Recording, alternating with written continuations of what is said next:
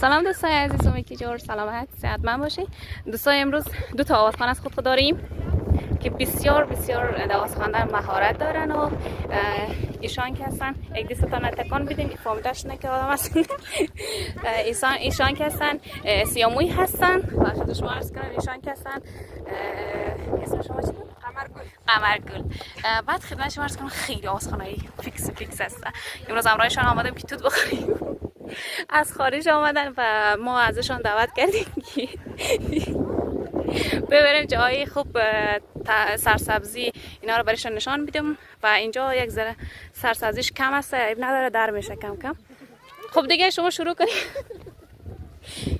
بخوام سیامون بخوام. الا بچگک وای الا بچگک دیگه یاد من رفته. خیلی شما بخوام یک ذره سری سلام باز کم فکر کنم.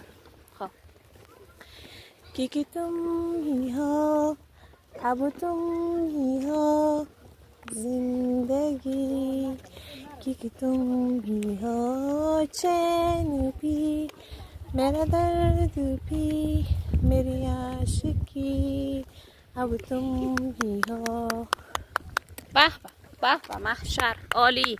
من که گفتم به اینا دعوتنامه فرستادیم از اومدن به ایران، قصد سفر دارن، دوباره میخوایم برن هندوستان.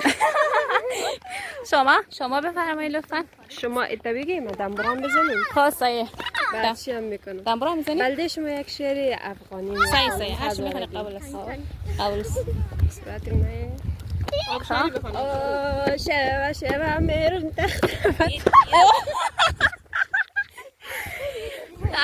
خدا چقدر مقبول خونده. خاصه بخوام